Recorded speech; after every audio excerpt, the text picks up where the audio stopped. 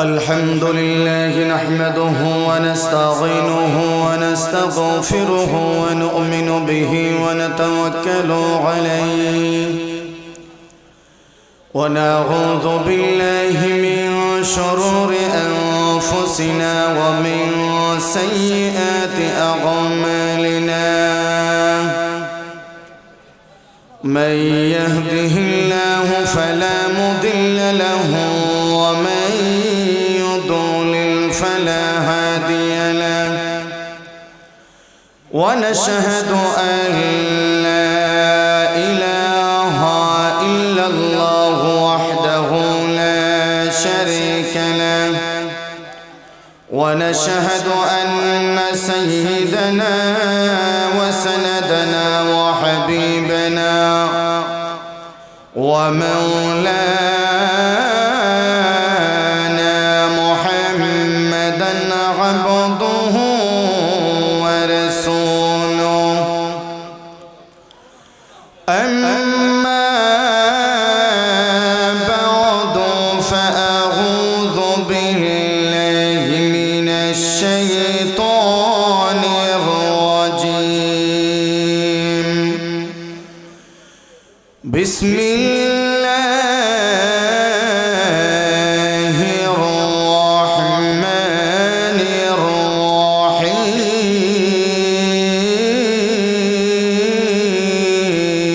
الرحيم وقضى ربك ألا تعبدوا إلا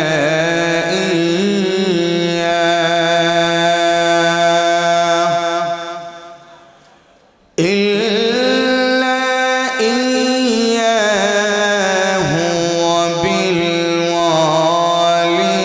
وبالوالدين إحسانا إما يبلغن عندك الكبر أحدهما أو كلاهما فلا تقل لهما أف ولا تنهرهما وقل لهما قولا كريما واخفض لهما جناح الذل من الرحمة وقل رب ارحمهما كما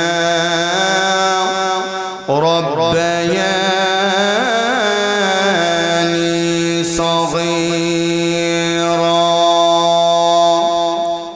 صدق الله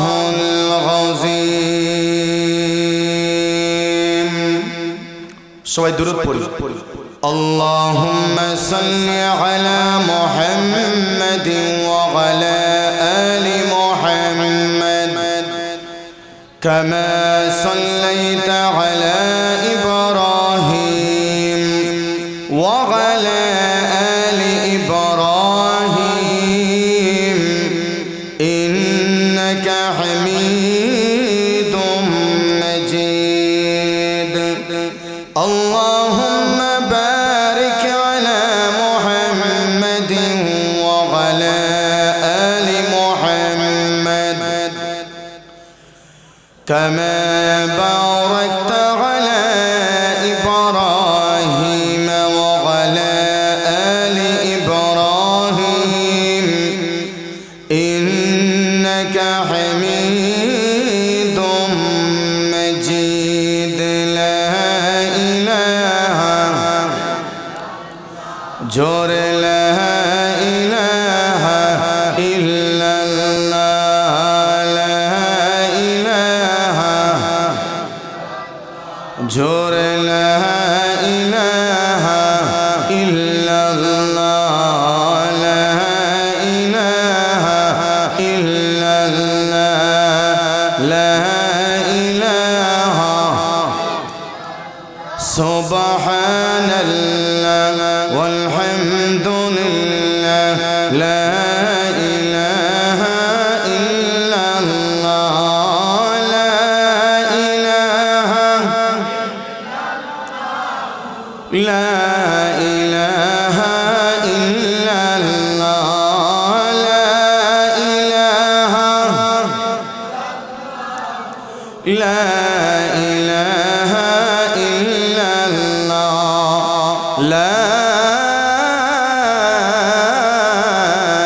ইলাহা ইল্লাল্লাহ মুহাম্মাদুর রাসূলুল্লাহ। সবাই জবান করে পড়ি সাল্লাল্লাহু আলাইহি ওয়াসাল্লাম। আলহামদুলিল্লাহ গাউসে জামান পিরানে পীর হযরত পরিশা রহমাতুল্লাহির উত্তরসূরি ওলিয়ে কামেল হযরত সোনাই শাহ ও হযরত আব্দুস শাহ রহমাতুল্লাহির জগতের মুনি মুমিনাত ও আউলিয়া কেরামের রূহের মাগফিরাতে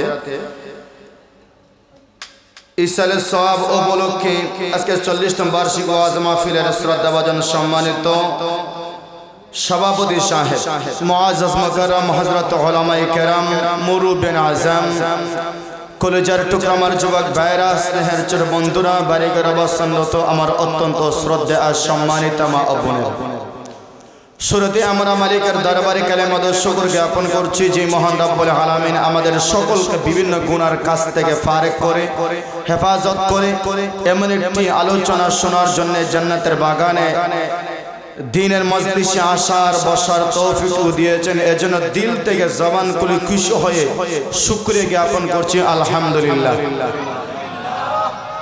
আসলে আমার আলোচনা বেশি লম্বা হবে না। আজকের সম্মানিত প্রধান অতিথি সাহেব প্রিয় ভাই মুফতি হযরত মাওলানা নাসিরউদ্দিন আনসারী সাহেব ঢাকা, উনি অলরেডি চলে এসেছেন, উনি রেস্টে আছেন।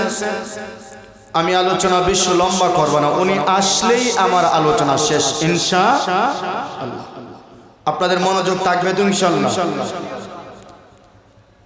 কথা বলবেন তো ইনশাআল্লাহ? সুবহানাল্লাহ আলহামদুলিল্লাহ ঠিক বেঠিক এগুলা বলেন না আপনারা, নাকি আপনারা বলেন না? আপনারা বলেন তো ইনশাআল্লাহ? এই যে ওয়ালে যারা খমরাদার রোগী, আপনারা মনে খমরাদার সমস্যা নাকি? অল্প বয়সে রোগী হয়ে যেতে তো সমস্যা সামনে এখনো যদি ওয়ালের টেস্ট দিয়ে বলা লাগে। যতটুকু সময় আলোচনা করব আল্লাহ রাব্বুল আলামিন যেন সকলকে মনোযোগের সহিত আলোচনা শোনার তৌফিক দান করেন। সকলে জবান করে বলেন আমিন। আমাকে একটা বিষয় দেওয়া হয়েছে কমিটির পক্ষ থেকে, পিতামাতার প্রতি সন্তানের দায়িত্ব কর্তব্য। এক কথায় সন্তানের উপর দায়িত্ব কি আছে বাবা এবং মার কে দেখা। আল্লাহ রাব্বুল আলামিন আমার তেলাওয়াতকৃত আয়াতে কি বলেছেন শুরুতেই আমরা এর তরজমা আমরা শুনি যে আল্লাহ কেন কি বলতে চেয়েছেন। যদি আমরা তরজমা শুনি তাহলে আমাদের মোটামুটি আলোচনা একবার ক্লিয়ার হয়ে যাবে যে আল্লাহ রাব্বুল আলামিন সন্তানগুলোকে কি বলেছেন বাবা এবং মার উদ্দেশ্যে। আল্লাহ বলেন وَقَضَى رَبُّكَ أَلَّا تَعْبُدُوا إِلَّا إِيَّاهُ وَبِالْوَالِدَيْنِ إِحْسَانًا।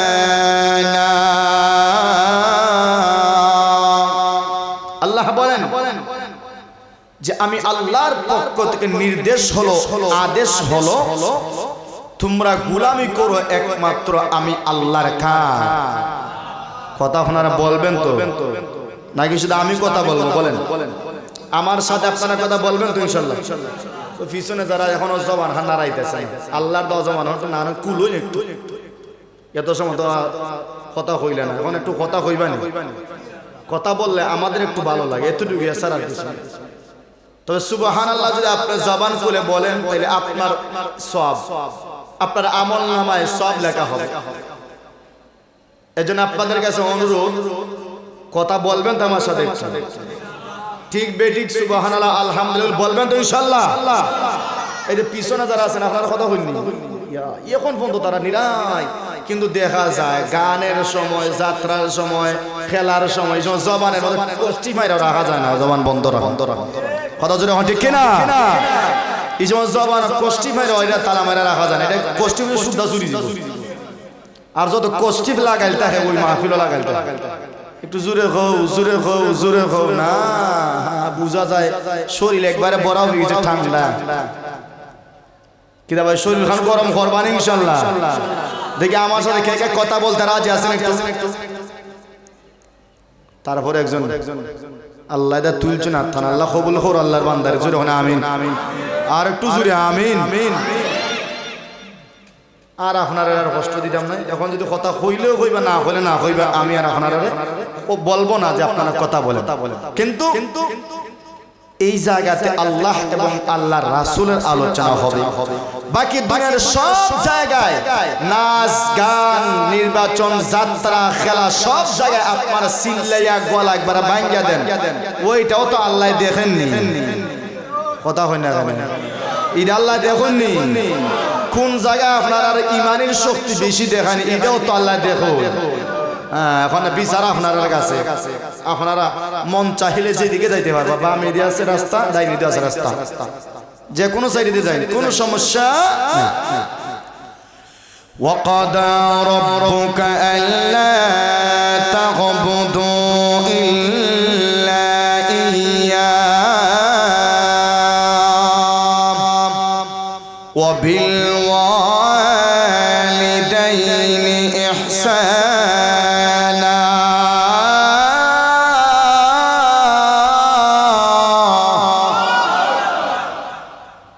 আমার আল্লাহ বললেন, ওরে বান্দা ভালো করে শোনো, আমি আল্লাহর পক্ষ থেকে আদেশ হলো, এ মুসলমান গোলামি করবা কার? আর একটু শুনে বলেন কার? ওরে বান্দা শোনো, আমার আল্লাহর আদেশ হলো দুনিয়ার কোনো মানুষের গোলামি চলবে না, কারণ জমিনটা কার, আসমানটা কার, চন্দ্রটা কার, সূর্য কার, আপনি আমি কার? এজন্য আমার আল্লাহ বলেন, বান্দা শোনো, এই জমিনটা হলো আমি আল্লাহর, আসমানটা হলো আমি আল্লাহর, সূর্য হলো আমি আল্লাহর, ঘাস গাছালি, নদী নালা সব হলো আমি আল্লাহর। তোকে আমি আল্লাহ বানাইছি রে বান্দা শোনো, ওই জমিনে গিয়া অন্য কারো পায়ে তোমার মাথা নত করতে পারবা না। এই সম্মানী কপাল যদি তুমি নত করতে চাও, আমি আল্লাহর গোলামি তোমাকে করতে হবে। জোরে বলেন ঠিক কিনা? গোলামি করবো কার ভাই? দুই নম্বর আদেশ হলো ওয়াবিলওয়ালিদাইনি ইহসানা। আমার আল্লাহ এবার বললেন, ওরে বান্দা আমি আল্লাহর গোলামি করার পাশাপাশি ওরে বান্দা মা বাবার কথা মতো তোমার জীবনকে চালাইবা। এ কথায় মা বাবার উপরে তুমি ইহসান করবা। সুবহানাল্লাহ। ইহসান কার উপরে করব আমরা? বাবা এবং মার উপর। কথা বলছেন কে? আল্লাহ। এখন ইহসান কেমনে করবেন? আগে তরজমা শুনি, এরপরে বলবো। আমার আল্লাহ এরপরে বললেন, ইম্মা ইয়াবলুগান্না ইনদাকাল কিবারা আহাদুহুমা আও কিলাহুমা ফালা তাকুল লাহুমা উফিন ওয়ালা তানহারহুমা وقل لهما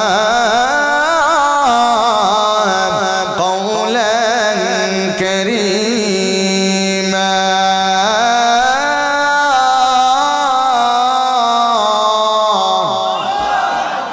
আমার আল্লাহ বানা বললেন, ওরে বান্দা ভালো করে শোনো, ইম্মা ইয়াবলুগান্না ইনদাকাল কিবারা আহাদুহুমা আও কিলাহুমা, তোমার সামনে তোমার বাবা অথবা মা দুজন অথবা একজন যদি বার্ধক্যে উপনীত হয়ে যায় অথবা বুড়া হয়ে যায়, এক কথায় তোমার সামনে তোমার বাবা বুড়া, তোমার মা বুড়া, আমার আল্লাহ এবার বললেন ওরে বান্দা শোনো,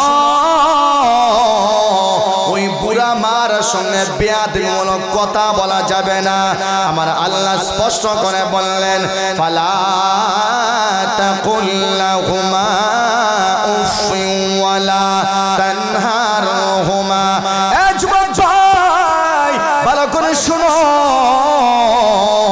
আজকে তোমার হাতের শক্তি আছে, তোমার বডির শক্তি আছে, এবার তোমার পায়ের পাওয়ার আছে, চোখের পাওয়ার আছে, শরীরের টাকা আছে। ওরে বান্দা শোনো, আমার আল্লাহ স্পষ্ট করে বললেন সাবধান, বাবা মাকে এমন কথা বলা যাবে না যেই কথা বললে বাবা এবং মা উফ শব্দ বলে, অথবা এমন বিরক্তিকর কথা তুমি নিজেও বলতে পারবা না, অথবা বাবা মা বুড়া হয়ে গেছে, তাদের হাতে কাম করে না, পায়ে কাম করে না, মাথায় কাম করে না, একটা জিনিস না বুঝতেও বারবার বুঝার জন্য বুড়া বাবা বলেনি। কথা জুড়ে হই না, বাবা মাথায় কাজ করে না, একটা জিনিস জিজ্ঞাসে ও আমার বাবা এটা কি, আপনি বললেন বাবা এটা হলো এটা, কিন্তু বুড়া বাবা মাথায় কাম করে না, বারবার বলে এটা কি, বারবার বলে এটা কি। আমার আল্লাহ এবার বললেন ফালা তাকুল লাহুমা উফিন ওয়ালা তানহারহুমা। এক কথায় বিরক্তি প্রকাশ করা যাবে না এবং বাবা মাকে দমক দেওয়া যাবে না, ঠিক কিনা? বাবারা দমক দেওয়া যাইব নি? মারে দমক দিন না আপনারা? হ্যাঁ, ফালা তাকুল লাহুমা উফিন ওয়ালা তানহারহুমা। এক কথায় আল্লাহর নিষেধ, এমন আচরণ করবা না যে আচরণে বাবা উফ বলে অথবা মা উফ বলে, অথবা তুমিও এমন বাবা বুড়া মানুষ এমন কিছু করছে ওই কথার কারণে তুমি নিজেও বাবার সামনে উফ বলিও না, বললে বাবা কষ্ট পাইবে। কথা জুড়ে বলেন ঠিক কিনা? আমার বায়ানা এরপরে আমার আল্লাহ এবার বললেন ওয়াকুল লাহুমা কাওলান কারীমা।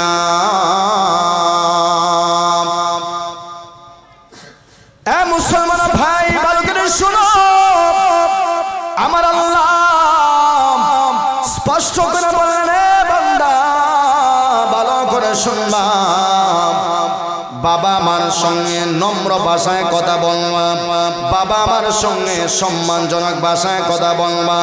আজকে তোমার টাকা বেশি হইল, তোমার গরিমা বেশি বেড়ে গেছে, ওরে বান্দা শোনো, তুমি টাউনে চলাফেরা করো, ডিজিটাল মানুষের সঙ্গে চলাফেরা করো, বাবা তাকে হলো গ্রামে, তোমার শহরের চলাফেরা আর গ্রামের চলাফেরা পার্থক্য আছে না নাই?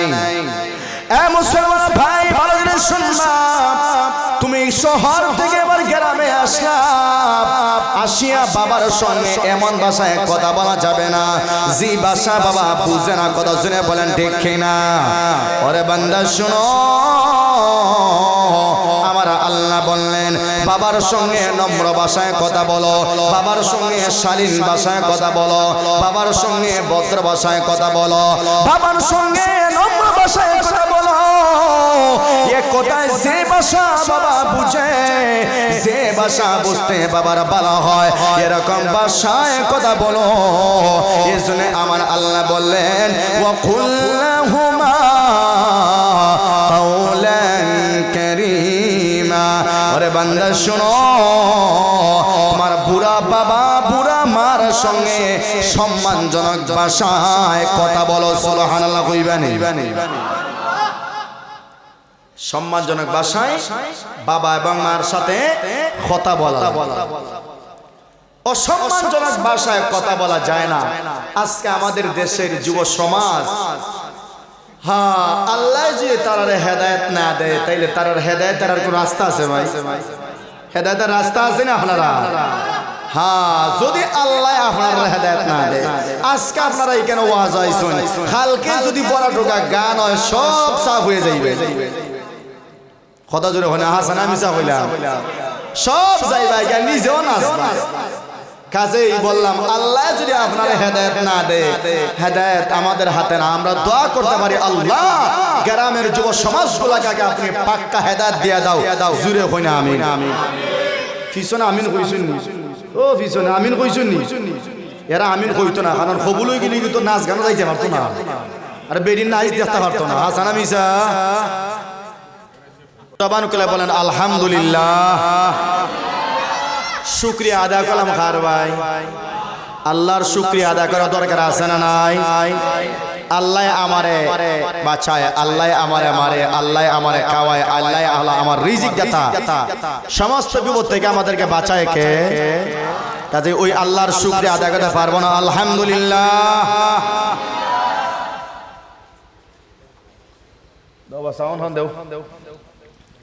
দেখি কত দূর যাওয়া যায়। আপনারা যারা বাইরে উবাইছেন কষ্ট করে ভিতরে ঢুকি গেলে জান্নাতের বাগান, একটু ভিতরে ঢুকি যায়। কারণ আমরা মুসলমান, আমরা জান্নাতও যাইতাম না জাহান্নামও যাইতাম, জান্নাত না জাহান্নাম। কাজে আমরা যদি জান্নাত দেখিয়ে দিকে যদি দৌড় মারি দুই বলি আলহামদুলিল্লাহ। আমার আলোচনা কোন জায়গায় ছিল আপনাদের স্মরণ আসেনি? মনোযোগ আসেনি ইনশাআল্লাহ? আমার 2-3 জন মানুষ থাকলে হয়েছে যেগুলো একবারে মনোযোগ সহকারে আলোচনা শোনে। 4 জন যদি হয় আলহামদুলিল্লাহ, 5 জন হলে আলহামদুলিল্লাহ, তবে হ্যাঁ মনোযোগ থাকতেই। তো বলতেছিলাম, আল্লাহ রাব্বুল আলামিন বললেন যে বাবা এবং মার সঙ্গে সম্মান সূচক কথা বলতে হবে, সম্মান ভাবে, সম্মান এমন ভাবে তাকে ওই ভাষায় বাবা এবং মার সঙ্গে কথা বলতে হবে। তুমি জেন্টলম্যান, তুমি শহরে থাকো, আইসা ইংলিশ ভাষায় এমন ভাষা সাল্লায় বাবাই বুঝে না, বাবা বড় কষ্ট হয়। না না, এমন ভাষা ছাড়া যাবে না। এমন ভদ্র ভাষা শহরও চাইরো, গ্রামও ভাষা কথা হোক, বাপে যেন বুঝতে পারে। ঠিক কিনা জোরে বলেন।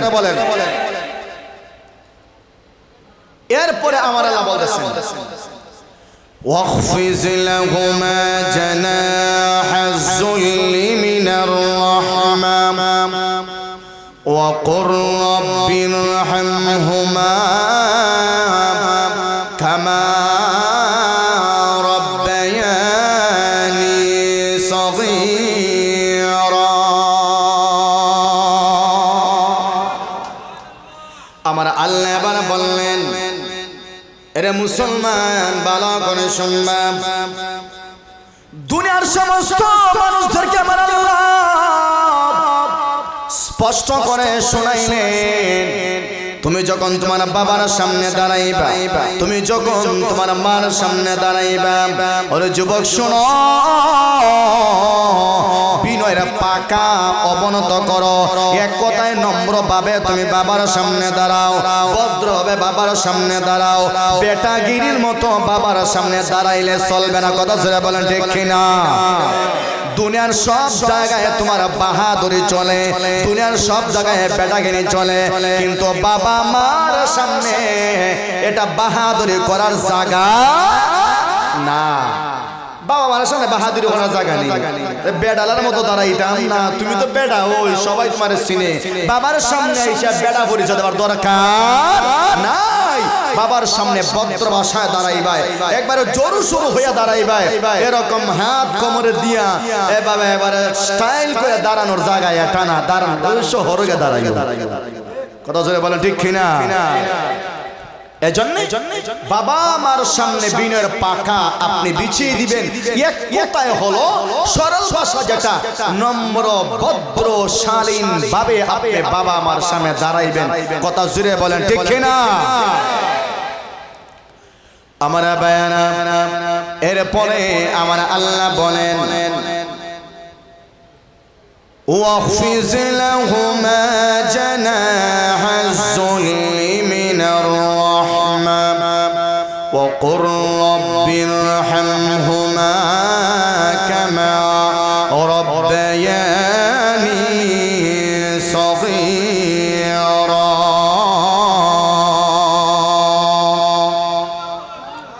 আমার আল্লাহ বলেন, ও বান্দা তুমি তোমার বাবার জন্য মার জন্য দোয়া করো, কেমনে দোয়া করবে? আল্লাহ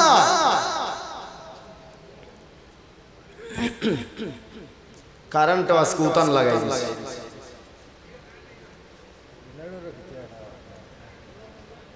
এখন আইছে কারেন্ট নে দে হেবার ইচ্ছা দেশ তো তারা চালা, তারা ওই জানে কেমনি যাইতাছে কেমনি আইতাছে।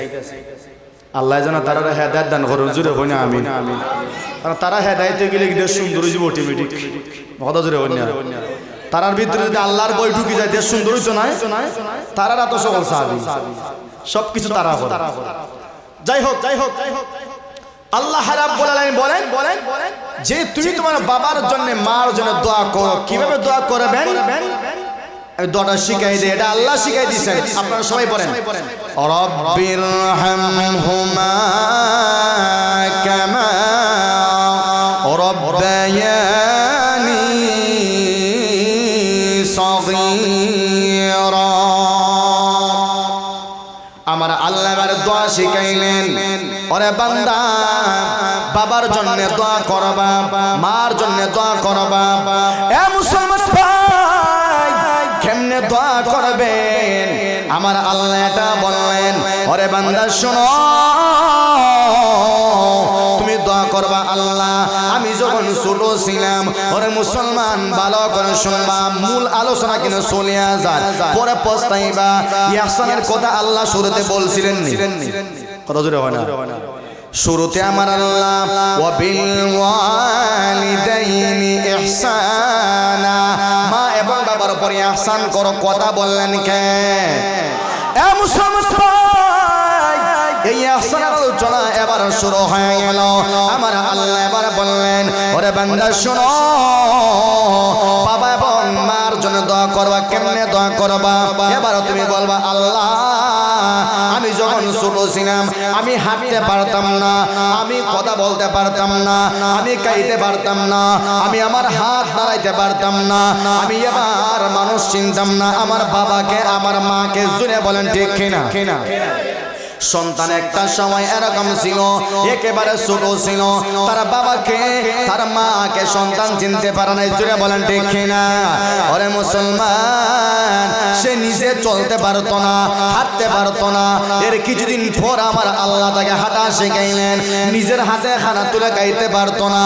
এর কিছুদিন পর আমার আল্লাহ ওই বাচ্চাটাকে এমন একটা শক্তি দিলেন, এবার নিজের হাতে খানা তুলে খাইতে পারে। জুড়ে বলেন ঠিক কিনা? ওরে বান্দা শোনো, এর জন্য আমার আল্লাহ বললেন, এ মুসলমান ভাই ভালো করে শোনো, এর জন্য আমার আল্লাহ বললেন, ওরে বান্দা তোমার বাবা তোমার মা তোমার পিছনে এত কষ্ট করেছে, কষ্টের পর কষ্ট করেছে। আমার মা তোমাকে পেটের ভিতরে ধারণ করলো 10 মাস 10টা দিন, অথবা 9 মাস 4 দিন, 9 মাস 20 দিন, এ যত মাস হোক সন্তানটাকে মা পেটের ভিতরে নিয়েছে। মাকে আরামে ঘুমাইতে দেও নাই, মাকে আরামে খানা খাইতে দেও নাই, মাকে আরামে শুইতে দেও নাই। জোরে বলেন ঠিক কিনা? মারে কষ্ট দিয়েছেন আপনারা? কত জোরে হন না? কে কে কষ্ট দিয়েছেন না একটু হাত তুলেন তো। মারে রোজরাই মারে কষ্ট দিছি না? কষ্ট দিছুন না আপনারা? আমি কইলাম কে কে কষ্ট দিছুন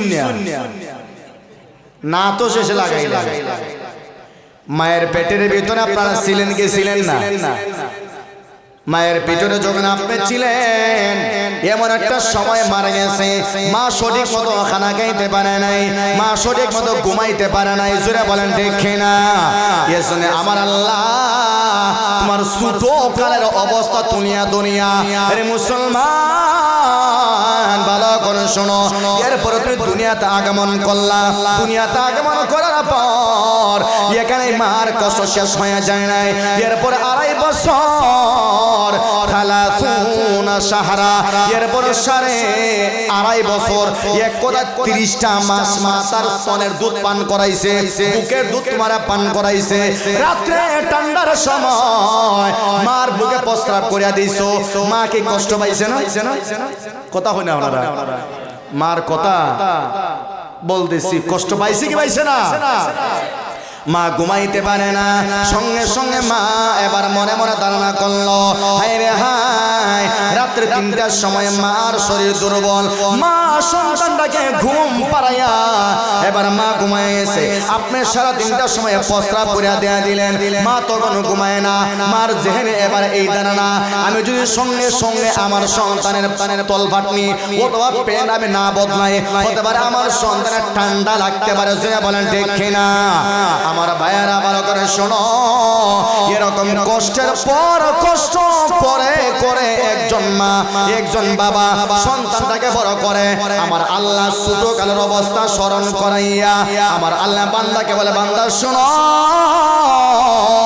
এবার তুমি ছিলে ছোট, এজন্য তোমার প্রতি তোমার বাবা এবং মার ভালোবাসা বেশি ছিল। এক কথায় একটা সময় তুমি ছিলে দুর্বল, তোমার বাবা তোমার মা ছিল সবল। জোরে বলেন ঠিক কিনা? আজকে তোমার বাবা বুড়া হয়ে গেল, তোমার মা বুড়া হয়ে গেছে, আর তুমি জওয়ান হয়ে গেছো। একটা পর্যায়ে তুমি ছিলে দুর্বল, তোমার বাবা ছিল সবল। আজকে তোমার বাবাকে আমার আল্লাহ দুর্বল বানায় নিছে, জায়গায় প্রস্রাব করে জায়গায় পায়খানা করে, হাঁটতে পারে না, লাঠিতে হাঁটতে হয়। আজকে বাবাকে আমার আল্লাহ বানাইলে দুর্বল, আর তোমার বানাইছেন সবল। জোরে বলেন ঠিক কিনা? এজন্য আমার আল্লাহ বললেন, এজন্য তুমি আল্লাহর কাছে দোয়া করো, রব্বির হামহুমা কামা রব্বায়ানি সগীরা। ও আল্লাহ, আমি যখন ছোট ছিলাম আমার বাবা আমার মা আমাকে যেরকম লালন পালন করেছে, বারবার চুমা দিয়েছে আমার গালে, বারবার চুমা দিয়েছে আমার পায়ে, বারবার চুমা দিয়েছে আমার হাতে, বারবার চুমা দিয়েছে আমার পিঠে, আমাকে মা কষ্ট ভোগ করতে দেয় নাই। এক কথা মা কষ্ট সহ্য করে করে সন্তানটাকে মা মানুষ বানাইল। এর জন্য আমি আল্লাহ তোমার কাছে আমার বাবা আমার মার জন্য দোয়া চাই। আমি ছোট আসলাম, এর জন্য আমার বাবা আমার মা যেরকম আমাকে কষ্ট করে করে লালন পালন করেছে, আজকে তুমিও আমার বাবা মাকে রহম করো। আল্লাহ ওই ছোট কালের অবস্থাটা স্মরণ করাই দিতেছে, ওয়াকুর রব্বির হামহুমা কামা রাব্বায়ানি সগীরা। আল্লাহ শিখাই দিয়েছেন, বান্দা এরকম আমি আল্লাহর কাছে তোমার বাবার জন্য মার জন্য দোয়া করো। আল্লাহ, আমিও তো ছোট ছিলাম, বাচ্চা ছিলাম, গেদা ছিলাম, পিচ্চি ছিলাম, আমার বাবা আমাকে লালন পালন করেছে। আজকে তুমিও আমার বাবা দুনিয়াতে নাই, আমার মা দুনিয়াতে নাই, অথবা আমার বাবা দুনিয়াতে আছে বৃদ্ধ, আমার মা দুনিয়াতে আছে বৃদ্ধ। ছোট অবস্থায় আমার বাবা যেরকম আমাকে রহম করেছিলেন, মায়া করেছিলেন, আল্লাহ তুমি আজকে আমার বাবা এবং মাকে রহম করো, মায়া করো। সুবহানাল্লাহ। জুড়ে হই না দোয়া করবেন তো ইনশাআল্লাহ? বাবার জন্য মার জন্য দোয়া করার দরকার আছে না নাই? আছে না নাই? না হয় এটা হবে পরিপূর্ণ নিমক হারামি। জুড়ে বলেন ঠিক কিনা? আর বাবা আমার কথা যদি আপনি না মান্য চলেন, তাহলে দুনিয়াতে আযাব আইনি। দুনিয়া তো আযাব আসে, খবর গেলেও আযাব আসে। আসে না নাই? আসে না নাই? আমার ভাইয়েরা, পয়গম্বর আরবি সাল্লাল্লাহু আলাইহি ওয়াসাল্লাম সাহাবায়ে কেরামদের কিনে সফরে বের হইলেন। নবীজি সফর করতে করতে একটা জায়গায় গেলেন, সামনে গোরস্থান। আমার ভাইয়েরা, পয়গম্বর উনি ছিলেন দু জাহানের বাদশা। আমার আল্লাহ পয়গম্বরকে একজন বান্দার কবরের হালতটা আমার পয়গম্বরকে দেখায় দিলেন। আল্লাহর পয়গম্বর বললেন, ওরে সাহাবায়ে কেরাম শুনো, ওই কবরটা কার? ওই কবরে বান্দার কবরে আযাব হইতেছে। নাউযুবিল্লাহ। জোরে বলে কবরে কি হইতেছে? তার কবরে আযাব হইতেছে। পয়গম্বর এবার বললেন, ওরে সাহাবায়ে কেরাম শুনো, ওর বাবা অথবা মা দুনিয়াতে আছে কিনা? সাহাবায়ে কেরাম এবার বললেন, ওগো পয়গম্বর শুনো, অবশ্যই হ্যাঁ, তার মা দুনিয়াতে আছে। আল্লাহর পয়গম্বর বললেন, আমি তো আমার আল্লাহর কাছে দোয়া করলাম আমার উম্মতের কবরের আযাব যেন আল্লাহ মাফ করে দিয়ে দেয়। না, আমার আল্লাহ আমাকে নিষেধ করলেন, কারণ হলো তার মা তার উপর উপরে নারাজ। নাউজুবিল্লাহ। আর একটু জোরে বলেন নাউজুবিল্লাহ। ওরে যুবক ভাই, মা কোনদিন এরকম জবান খুলে বলে না ওরে সন্তান তোর উপরে আমি নারাজ। আজকে তুমি সন্তান নামাজ পড়ো না, আজকে তুমি সন্তান ইয়াবা খাও, আজকে তুমি সন্তান গাঞ্জা টানো, গাঞ্জার খোলকে টানো, আজকে তুমি সন্তান খেলাতে যাও, নামাজ পড়ো না, আজকে তুমি সন্তান নাচ গানে যাও। অথচ তোমার আম্মা তোমার জন্য গোপনে গোপনে আল্লাহর কাছে দোয়া করে, করে কি করে না? আল্লাহর কাছে মা দোয়া করে, আল্লাহ আমার সন্তানটা নাচ গানে যায়, আমার সন্তান হাউজে বাম্পারে যায়, আমার সন্তান হলো জুয়াখোর, আমার সন্তান গাঞ্জাখোর, আমার সন্তান হলো মদখোর। ওগো আমার আল্লাহ শোনো, আমি আমার সন্তানকে বারবার বলি ওরে সন্তান ইয়াবা খেও না, ট্যাবলেট খেও না, গাঞ্জা নিও না, মদ খাইও না। আমার সন্তান আমার কথা শুনে না। মা গোপনে গোপনে আল্লাহর কাছে দোয়া করে সন্তান ভালো হওয়ার জন্য। জোরে বলে ঠিক না? মা দোয়া করে। পয়গম্বর সাহাবায়ে কেরামকে বললেন ওরে সাহাবায়ে কেরাম শোনো, ওই বান্দার মাকে আমার কাছে নিয়ে আসো, মাকে আমি বুঝাইবো। এর কারণ হলো তার গর্ভে ধারণ করা সন্তান কবর আযাব হইতেছে। পয়গম্বরের কথা শুনিয়া এবার সাহাবায়ে কেরাম তার মাকে আনলেন, তার মাকে পয়গম্বরের সামনে আনলেন। পয়গম্বর বলেন ও মা, ওই কবরে তো মনে হয় তোমার সন্তান। হ্যাঁ আমার সন্তান। আল্লাহর পয়গম্বর বললেন ও গো আমার মা শোনো, তোমার সন্তানের কবরে আযাব হইতেছে। আমি আল্লাহর কাছে হাত তুললাম, আল্লাহ আমার দোয়াও কবুল করলেন না। দেখেন নবীজি দোয়া করতেছেন, নবীজির দোয়া আল্লাহ কবুল করে না। নবীজি আপনি হাত তুললেন না, কারণ কি? মা তার উপরে নারাজ। কত জোরে বলেন দেখে না? এরা মুসলমান শোনো, মা যদি তোমার উপরে নারাজ হয়, বাবা যদি নারাজ হয়, আলিম উলামা কিনা দোয়া করাইবা, দোয়া কবুল হবে না। কথা জোরে বলেন ঠিক না? যেই জায়গায় আল্লাহ নবীর দোয়া কবুল করছে না, আলিম উলামার দোয়া কবুল করব। কথা জোরে কইনা আপনারা? আমার ভাইয়েরা, পয়গম্বর এবার বললেন তোমার সন্তানটাকে মাফ করে দিয়ে দাও। মা এবার চোখের পানি পালায় আর আল্লাহর পয়গম্বরকে বলে পয়গম্বর শোনো, ওই সন্তানটাকে আমি মাফ করতে পারি না, কারণ ওই সন্তানটা আমাকে অনেক কষ্ট দিয়েছে, অনেক জানাইছে, অনেক আমাকে কষ্ট দিয়েছে। ওগো পয়গম্বর না, আমি মাফ করতে পারি না। আল্লাহর পয়গম্বর বুঝাইলেন মহিলা কষ্ট করে, বলে না না মাফ করব না। নবীজি এবার বুঝলেন মা যদি নিজের চোখে নিজের সন্তানের কষ্ট দেখতে পারে, মার কলিজা সঙ্গে সঙ্গে নরম হয়ে যায়। সুবহানাল্লাহ। মা হাজারো সন্তানকে মারে, কিন্তু সন্তানের কষ্ট যখন মায়ের দেখে নিজের চোখে, মাকে সহ্য করতে পারে? মা সহ্য করতে পারে না। আমার পয়গম্বর আল্লাহর কাছে দোয়া করলেন, ওগো আমার আল্লাহ, আমার দোয়া আপনি কবুল করলেন না। এর অর্থ হলো আপনি আমাকে নিষেধ দিলেন, নবীজি হাত তুললেন না, তার ব্যাপারে আপনি আমার কাছে হাত আপনি তুললেন না, কারণ তার মা দুনিয়াতে আছে। ও আল্লাহ, তার মাকে বুঝাইলাম, তার মা মাফ করতে চায় না। ও আল্লাহ মেহেরবানি করে জাহান্নামের আযাবটা তার মার অন্তর চক্ষু খুলিয়া তার মাকে দেখাইয়া দাও। আমার মনে হয় আযাবটা দেখলে মা সেকেন্ডের ভিতরে সন্তানটাকে মাফ করে দিতে পারে, ঠিক কিনা? আল্লাহ আমার অন্তর চোখ খুলে দিয়া দিলেন। মা এবার তাকায় দেখে তার সন্তানটা জাহান্নামের আগুনে জ্বলতেছে, আর বারবার মা আমাকে বাঁচাও, মা আমাকে বাঁচাও বলে কাঁদতেছে। ওই মহিলা এবার মা আল্লাহর পয়গম্বরের পা মুবারক ধরে বারবার চুমকায়, হাতে ধরে চুমকায় আর বলে ওগো পয়গম্বর শোনো, আমাকে বলছিলেন আমার কষ্ট হয়েছিল, কিন্তু গো পয়গম্বর আমার সন্তানের আযাব দেখিয়া আমি মার কলিজা নরম হয়ে গেছে। আমি আমার সন্তানের কষ্ট সহ্য করতে পারলাম না। আমি আমার সন্তানকে আপনাকে সাক্ষী রাখিয়া আমার সন্তান আমাকে যত কষ্ট দিয়া নিছে এই মুহূর্তে আমি মাফ করে দিয়ে দিলাম।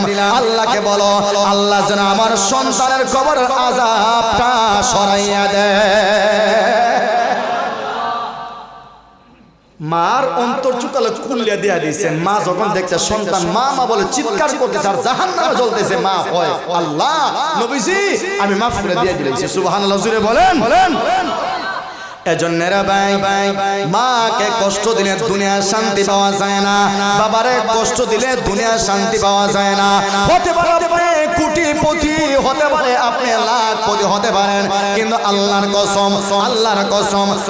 কসম করে বলি রে ভাই মাকে কষ্ট দিবেন মাসে 1 লাখ কামাইতে পারবেন, বাবাকে কষ্ট দিবেন মাসে 2 লাখ কামাইতে পারবেন, কিন্তু না কপালে বিন্দু পরিমাণ শান্তি আসতে পারে?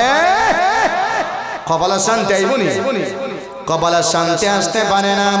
এজন্য রে ভাই আল্লাহর ওয়াস্তে হাতে ধরে পায়ে ধরে মাকে কষ্ট দিবেন না, মা এমন কাজ করবেন না যে কাজ করলে মা কষ্ট পায়। এগুলা বাদ দিবেন তো ইনশাআল্লাহ। আপনি নামাজ পড়েন না, গিয়া দেখেন মা শুধু তোমার জন্য চোখের পানি পালায়, আল্লাহর কাছে কাঁদে। এটা হলো শাবান মাস। আজকে শাবান মাসের 22 তারিখ, আর মাত্র 7 দিন আছে অথবা 8 দিন আছে, এরপরে আমাদের চোখের সামনে রমজান মাস। সুবহানাল্লাহ জোরে জোরে। রমজান মাস, এই রমজান মাস আসার পরেও যদি আপনারা গাঞ্জা খান, মদ খান, খেলাধুলায় যান, নাচ গান করেন, মোবাইলে নাচ গান দেখেন, বেপরদা চলাফেরা করেন, করবেন তো হ্যাঁ করবা? আল্লাহ যেন আমাদেরকে পরিপূর্ণ হেফাজত করে, জুড়ে বলেন আমিন। এজন্য রে ভাই কমসে কম রমজান মাসে নাপাকি কাজ থেকে, এক কথায় গুনার কাজ থেকে আমরা হেফাজত থাকবো তো ইনশাআল্লাহ। কারণ হায়াত মওতের কোনো গ্যারান্টি আছে না, কথা জুড়ে কই না, হায়াত মওতের কোনো গ্যারান্টি নাই। এই তো গত 2 দিন আগে একটা সংবাদ দেখলাম, আমাদের হবিগঞ্জের শাস্তাগঞ্জ, আপনারা চিনেননি? আমাদের হবিগঞ্জ এলাকায় একটা হলো শাস্তাগঞ্জ উপজেলা। ওই শাস্তাগঞ্জ উপজেলার একটা গ্রাম আছে, ওই গ্রামের আল্লাহর একজন বান্দার নাম আমার জানা নাই, ভিডিওতে আমরা দেখলাম আল্লাহর বান্দার 5টা ছেলে আর 2টা মেয়ে, সর্বশেষ হলো ছোট ছেলে, সে হলো ওমান প্রবাসী। ভিডিও অনেকে দেখছেন, ওমান থেকে সে আসছে, বাড়িতে আসছে 18 দিন হয়েছে। কয় দিন? 18 দিন হইল। বিয়া করবে গতকালকে শুক্রবারে বিয়া করার কথা, বাড়িতে বড় গেট বানলো, কিন্তু 2 দিন আগে মোটর সাইকেল নিয়া নিজের চাচাতো ভাইকে সঙ্গে নিয়া হবিগঞ্জ শহরে আগমন করলো বিয়ার কেনাকাটা করার জন্য। কিন্তু রে ভাই কে জানে কার মরণ কোন জায়গায় হয়, কে জানে কার মরণ কোন সময় হয়, এটা জানে কে? আর একটু শুনে বলেন কে? আপনি রাত্রে 2টার সময় মোবাইল হাতে নিয়ে ঘরে একা একা বসিয়া মায়ে দেখে না, বাবায় দেখে না, একজন আসেনি, উনার নাম কি? সকলে কইবানি? আল্লাহর নামটা জুড়ে বলেন কে? ওরে বান্দা শোনো, 2টার সময় 3টার সময় এক কথা আমার বাবা আছে ঘরে, মা আছে ঘরে, আপন ভাই আছে, মা আছে, মোবাইলে অর্ধ উলঙ্গ মেয়েদের নাচ গান দেখলা, ব্লু ফিল্ম দেখলা, আর কত কিছু নাচানাচি দেখলা। এই সময় যদি আমার আল্লাহর পক্ষ থেকে আজরাইল আসিয়া যায়, তাহলে তোমার মরণটাকে জান্নাতি হালাতে হইছে নাকি জাহান্নামী? কথা জুড়ে কই না, আর একটু জুড়ে বলেন। ওরে ভাই এজন্য তোমার হাতে ধরে পায়ে ধরে আল্লাহর ওয়াস্তে রমজান মাসের পবিত্রতা রক্ষা করবেন তো ইনশাআল্লাহ। রমজান মাসে নাচ গান দেখবো না, রমজান মাসে যাত্রাতে যাইব না। এক কথায় দেশে যদি অনিসলামিক কোনো কার্যকলাপ হয়, এগুলো আমরা মুসলমান হিসাবে আমরা বন্ধ করবো তো ইনশাআল্লাহ। রাজি আছেন ইনশাআল্লাহ? কথা কই না হ্যাঁ আমার ভাইরা ওই বান্দা এবার বিবাহের কেনাকাটা করিয়া মোটর সাইকেলের সামনে বিবাহের পোশাক বোর জন্য নিজের জন্য সব কিনলো কিনা মোটর সাইকেল মারিয়া মিরপুর দিয়া বাড়িয়া যখন সে তার বাড়িতে যাবে হাইওয়ে রোড ঢাকার সিলেটের বিশ্ব রোড এই রোডে যখন গেছে একটা বাসের সঙ্গে পিছনে ধাক্কা লাগিয়া সঙ্গে সঙ্গে আল্লাহর বান্দা দুনিয়া থেকে বিদায় হয়ে গেছে আল্লাহর বান্দা বিদায় হয়ে গেছে নাউজুবিল্লাহ জুড়ে বলেন আল্লাহ যেন আমাদেরকে এরকম মরণ থেকে হেফাজত করে জুড়ে বলেন আমিন আমার ভাইরা যে বান্দা বিবাহ করিয়া বর সাজিয়া গেট দিয়া বারণের কথা ছিল এবং শ্বশুর বাড়িতে গিয়া নিজের বিবি আবার নিয়া গেট দিয়া ঢুকার কথা ছিল অথচ আমার আল্লাহ কি ঘটাইলেন বান্দা বের হইল ঠিকই এই গেট দিয়া কিন্তু বর সাজিয়া ঢুকতে পারে নাই তার লাশটা গেটে দিয়া ঢুকছে ঠিক কিনা বাবা এবার কাঁদে বাবা এবার কাদের চোখের পানি ফেলায় আর বারবার বলে আল্লাহ আমার এত সম্পদ দুই তলা বাড়ি আমার অনেক জায়গা জমি আমার টাকা আমার পয়সা আমার বাড়ি আমার গাড়ি এগুলা এখন খাবে কে বাবা কাঁদে চেয়ারে বসে বারবার কাঁদে আর বারবার চিল্লায় হায় রে হায় আগামীকালকে আমার সন্তান বিয়া ছিল আজকে আমার সন্তান মারা যাবে আমি বাবাও তো জানি না আমার এত সম্পদ আজকে খেয়ে দেখবো খেয়ে খাইবো ঠিক কিনা কোটিপতি মানুষ আসেনি টেকা যখন হয় ফকর তখন মানুষ মনে করেন আছে নাকি আছে না নাই কিন্তু রে ভাই পাঁচ ছেলের বাবা পুরুষ ছেলে শেষ বিয়া করার আগে গেট বানছে ভিডিও দেখছেন আপনারা ওইখানে দেখছেন ওই ভাই সাহেব দেখছেন উনিও দেখছেন লাশ ঢুকছে গেটে দিয়ে বর ঢুকতে পারে না সে জামাই সাজ্জা বের হইতে পারে না আবার জামাই সাজ্জা কন্যা নিয়া ঘরে ঢুকতে পারে না এর আগে দুনিয়া থেকে বিদায় এজন্য ভাই মরণের কোনো গ্যারান্টি আছে না ভাই এজন্য আমার আল্লাহ এবার বললেন ফাইদা জাআ আজালুহুম লা ইস্তাখিরুনা সাআতাও ওয়া লা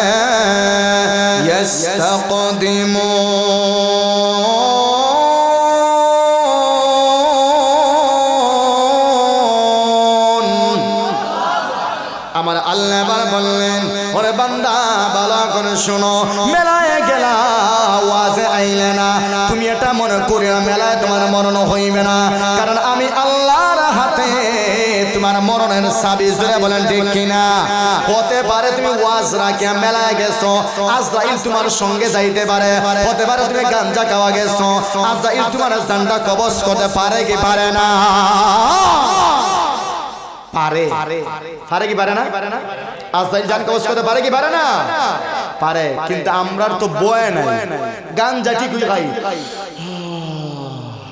দিলে বড় শান্তি কিন্তু ফিসিতে আজরাইল আছে কিনা এই খেল আমার নাই আল্লাহ তো আজরাইল ফাড়াই দিতে পারে কি পারে না ভাই আজরাইল যদি আসে গাটটা দূরে কয় আয়ো তাখতা পারবানে তুমি কেউ আসেনি তাখতা পারছেনি পৃথিবীতে কেউ না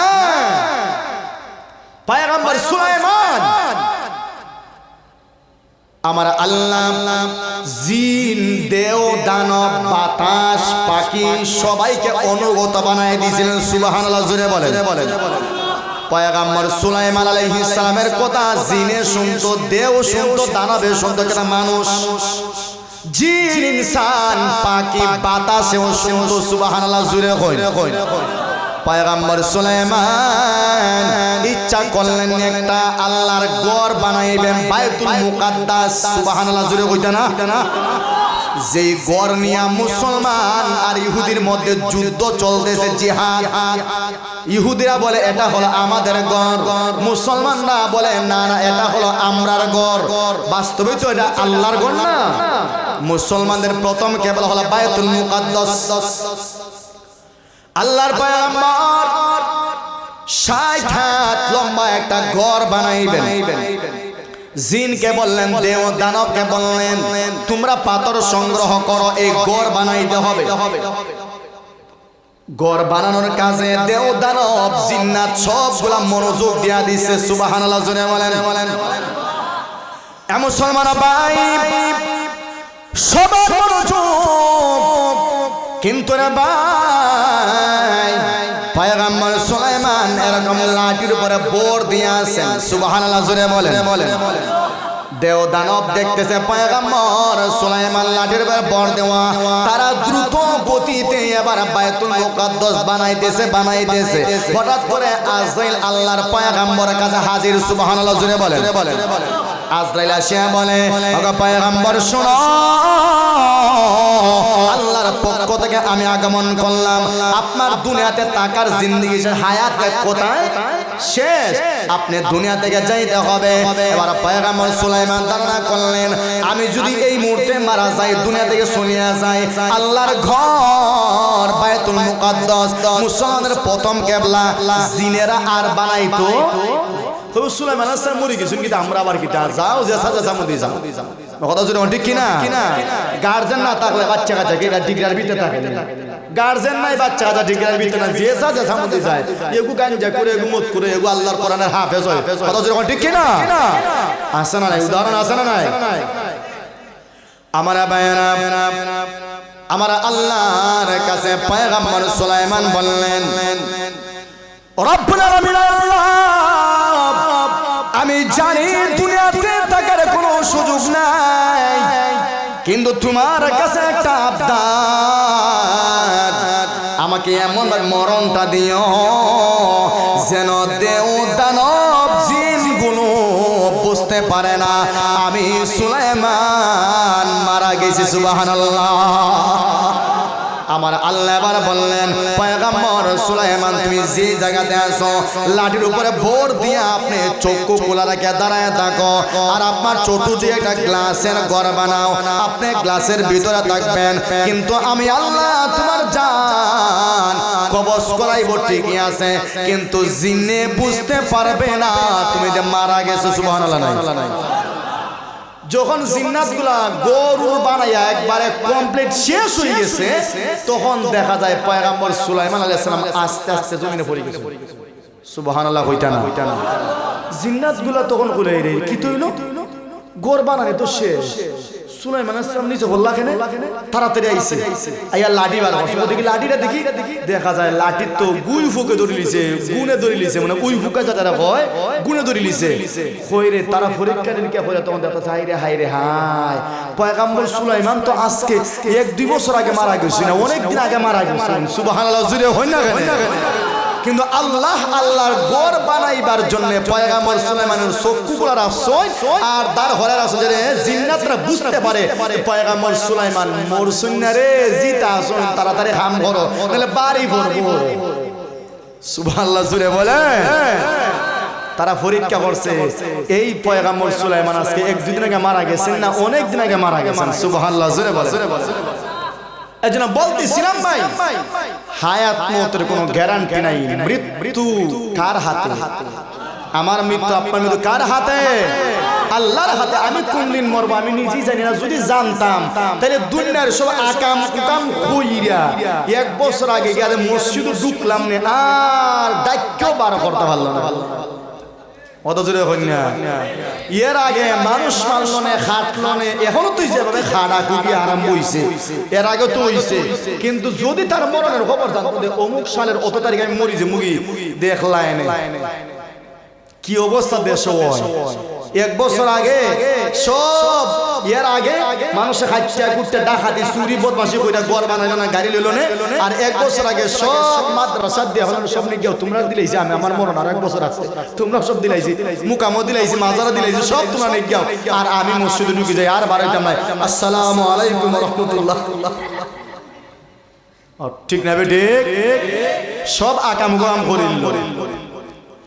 এই জন্য ভাই, মরণের কোনো গ্যারান্টি নাই, মরণের কোনো গ্যারান্টি আছে না ভাই। এই জন্য ভাই কয়েকটা কথা বলবো। সামনে রমজান মাস, আপনারা পালন করবেন ইনশাআল্লাহ। কে কে পালন করবে একটু হাত তুলুন দিকে। পাক্কা নিয়ত আপনারা যারা বিদ্যা আছেন বাইরে আছেন আপনারা পাক্কা নিয়ত তো এক নাম্বার আমল হলো 5 ওয়াক্ত নামাজ জামাতের সহিত পড়বেন তো ইনশাআল্লাহ 5 ওয়াক্ত নামাজ জামাতের সহিত পড়বেন তো ইনশাআল্লাহ 2 নাম্বার হলো হালাল গেজা দেয়া তা হালাল রিজিক দিয়ে আপনারা সেহরি খাইবেন তো ইনশাআল্লাহ হালাল গাদা দিয়া হালাল রিজিক দিয়া আপনারা ইফতার করবেন তো ইনশাআল্লাহ হারাম খানা যদি আপনি খান বুঝা কবুল হইব নমাজ কবুল হইব শেষ এগুলা গাং বাটল যাই এজন্য এক নাম্বার হলো 5 ওয়াক্ত নামাজ পড়বেন হালাল রিজিক দিয়ে সেহরি এবং ইফতার খাইবেন তো ইনশাআল্লাহ 4 নাম্বার হলো রমজান মাসের পবিত্রতা রক্ষার্থে জবানকে হেফাজত করবেন পারবেন তো ইনশাআল্লাহ গালা গালি চুগলখড়ি জবানটাকে কন্ট্রোলে রাখবেন পারবেন তো ইনশাআল্লাহ যুবক ভাইরা পারবেন তো ইনশাআল্লাহ গালাগালি আর মা বোনদেরকে বলতেছি গালাগালি মানুষের বদনাম গাওয়া চুগলখড়ি করা অন্যের গীবত গাওয়া কমসে কম রমজান মাসে বিসলায় আল্লাহর ওয়াস্তে জবানটাকে কন্ট্রোলে রাখবেন তো ইনশাআল্লাহ এরপরে মোবাইল শরীফ নাচ গান দেখা এগুলা রমজান মাস হিসাবে বাদ দিবেন তো ইনশাআল্লাহ সারা বছর তো দেখলেন কিন্তু রমজান মাসেও যদি আপনারা আসিয়া মোবাইলে নাচ দেখেন গান দেখেন বিভিন্ন গেম খেলেন তাহলে রমজান আর 12 মাস সমান করে লাইলেন রমজানে আল্লাহ শয়তানকে বন্দী করছে তো তুমি বুঝুন শিকল ছিড়াইছো কত জোরে ঠিক কিনা আজ রমজান মাসে মোবাইলে গেম খেলা যত ধরনের জুয়া আছে এগুলা থেকে বিরত থাকবেন তো এরপরে নাচ গান সব বন্ধ আমি বলি না রমজান পরে আবার যখন করবাই না নাচ গান হ্যাঁ এটা হতে পারে রমজান মাসে আপনি রমজানের পবিত্রতা হিসাবে আপনি নাচ গান দেখলেন না হতে পারে আল্লাহ